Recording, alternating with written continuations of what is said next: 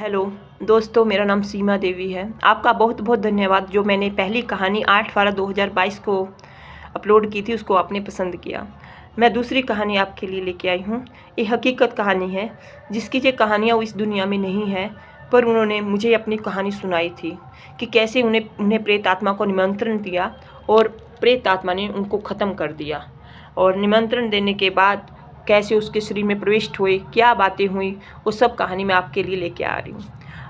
आपको अगर मेरी कहानी अच्छी लगे तो आपसे रिक्वेस्ट है कि आप मेरे चैनल को सब्सक्राइब करें और कहानियाँ पढ़ने के लिए लाइक करें और फॉलो करें।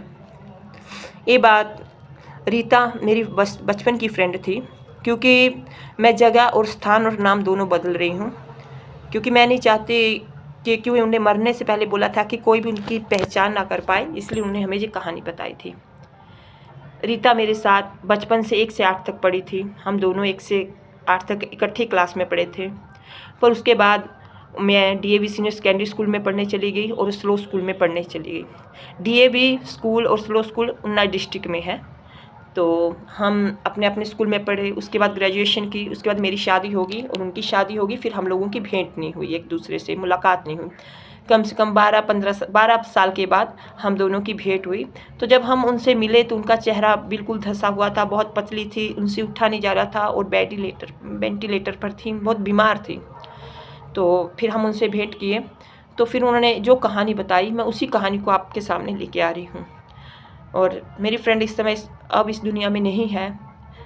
और उन्होंने जब मुझे कहानी बताई तो मैं चैनल के बारे में कुछ जानती नहीं थी, स्टोरी के बारे में जानती नहीं थी, पर वो कहानी आज हूबहू जैसे उन्होंने मुझे बताई थी वैसे ही मैं आपके सामने लेके आ रही हूँ।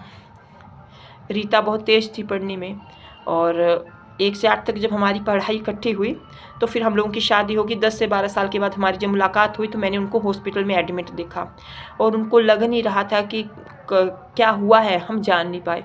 फिर उन्होंने जो हमें बात बताई उससे हमारे शरीर के रोंगटे खड़े हो गए। तो उन्होंने हमें बताया कि उनके परिवार की परिस्थिति बहुत ख़राब थी, तो उन्होंने कपड़ा बेचना शुरू किया कमीशन पे। जैसे कि 100 रुपये का कपड़ा मिलता था तो 10 रुपये उसमें से उसको कमीशन मिलता था बेचने में। तो अपने 2 बच्चों को लेके वो गली गली गांव गांव कपड़ा बेचती थी। जब वो कपड़ा बेच रही थी तो वो एक पीपल के पेड़ के नीचे रुकी।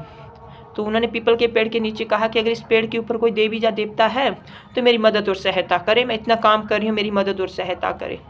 तो उसके ऊपर एक प्रेत था जो उसके साथ चल पड़ा। तो वो अपने घर पे आई तो उसके हस्बैंड भी गाड़ी चलाते थे।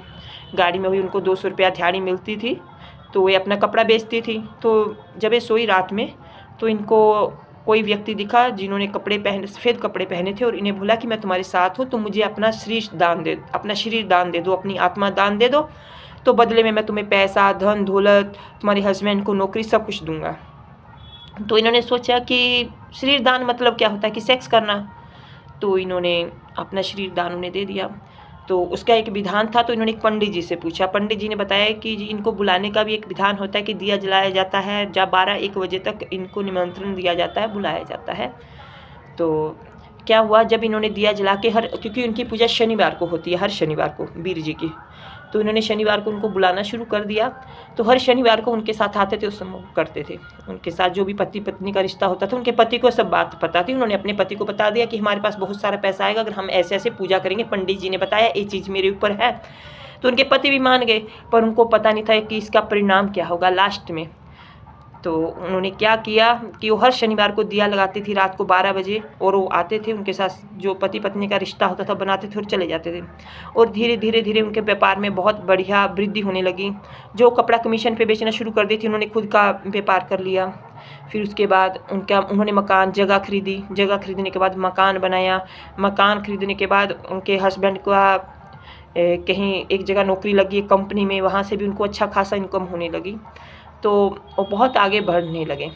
तो जैसे उनको किसी चीज़ की कमी नहीं रही। उनके लड़के हो गए, 2-3 लड़के, 1 लड़की हो गई। यानी कि वो इतना खुश थे कि उनको लग रहा था कुछ नहीं होता था। पर जब भी उनके साथ वो शनिवार को जब भी वो पूजा करती थी तो अगले शनिवार के अगले दिन उनकी देह में दर्द रहता था और बहुत कमज़ोरी महसूस करती थी।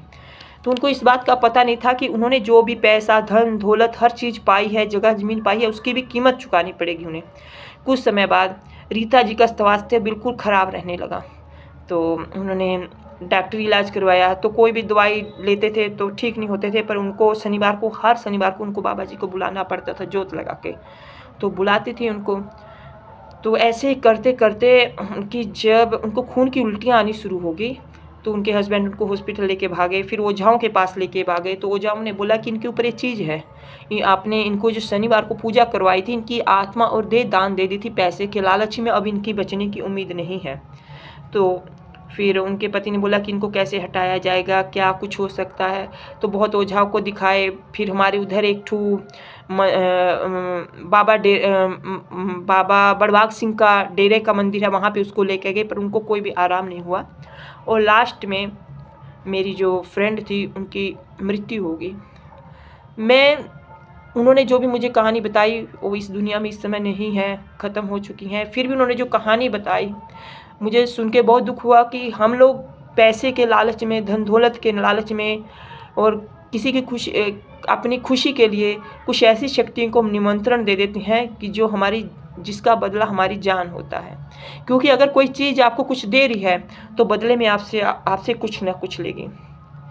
मेरी बहनों और मेरे सिस्टर और ब्रदर, अगर आपको मेरी कहानी पसंद आई है तो प्लीज़ मुझे लाइक, फॉलोवर करिएगा और मेरी अगली कहानी सुनने के लिए मुझे सब्सक्राइब ज़रूर करिएगा। आपकी प्यारी सीमा दीदी।